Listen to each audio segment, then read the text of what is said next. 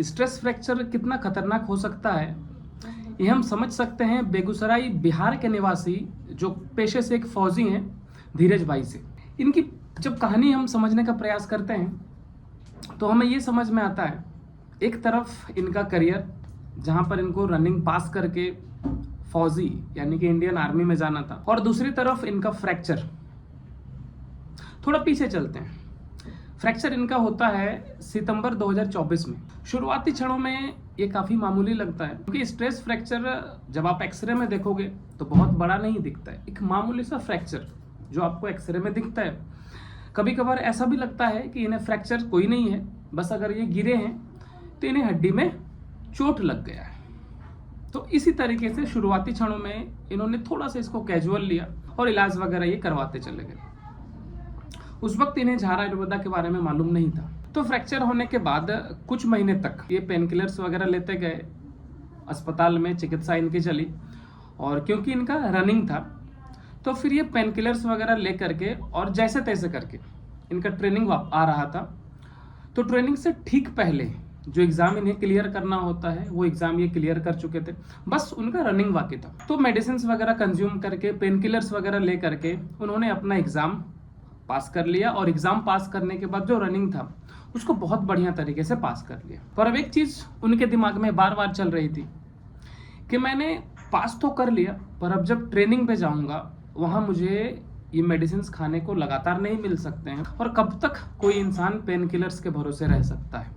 तो अब वो निर्णय करते हैं कि ट्रेनिंग पे मैं जाऊँ उससे पहले किसी एक जगह पर चिकित्सा ले करके जितना हो सके मैं अपने फ्रैक्चर को बेहतर करने का प्रयास करूंगा, और अगर संभव हो तो मैं इसे कंप्लीट करके ही ट्रेनिंग पर जाना चाहूँगा।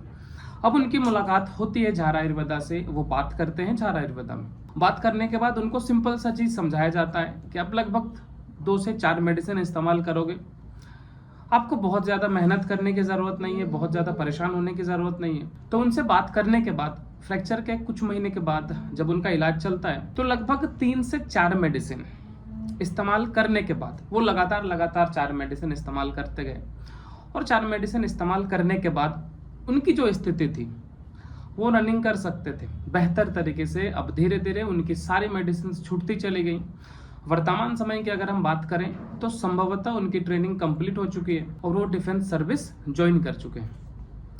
इससे पहले भी काफ़ी सारी वीडियोज़ ऐसी होती हैं जो स्ट्रेस फ्रैक्चर से रिलेटेड होते हैं, और यही चीज़ हम हमेशा बताने का प्रयास करते हैं कि शुरुआती दौर में हमें काफ़ी नॉर्मल, काफ़ी सामान्य लगता है, पर जैसे जैसे हम आगे बढ़ते जाते हैं हमें मालूम चलता है कि ये फ्रैक्चर इतना आसान नहीं था जितना हम समझते हैं। अब सबसे गुजारिश है कि जो भी इस वीडियो को देखते हों, और अगर आपके साथी कोई हो जिन्हें स्ट्रेस फ्रैक्चर है, आप डिफेंस सर्विस में हो, आपको हड्डी में चोट लग गई है, रनिंग करते वक्त हड्डी में प्रॉब्लम आ गई है, किसी प्रकार की छोटी या बड़ी फ्रैक्चर्स है, क्रैक्स हैं, तो अगर आप चाहो कि बिना सर्जरी के अपनी हड्डी को जोड़ना, अपनी फ्रैक्चर को हील करना, आप झारा आयुर्वेदा से संपर्क कर सकते हो।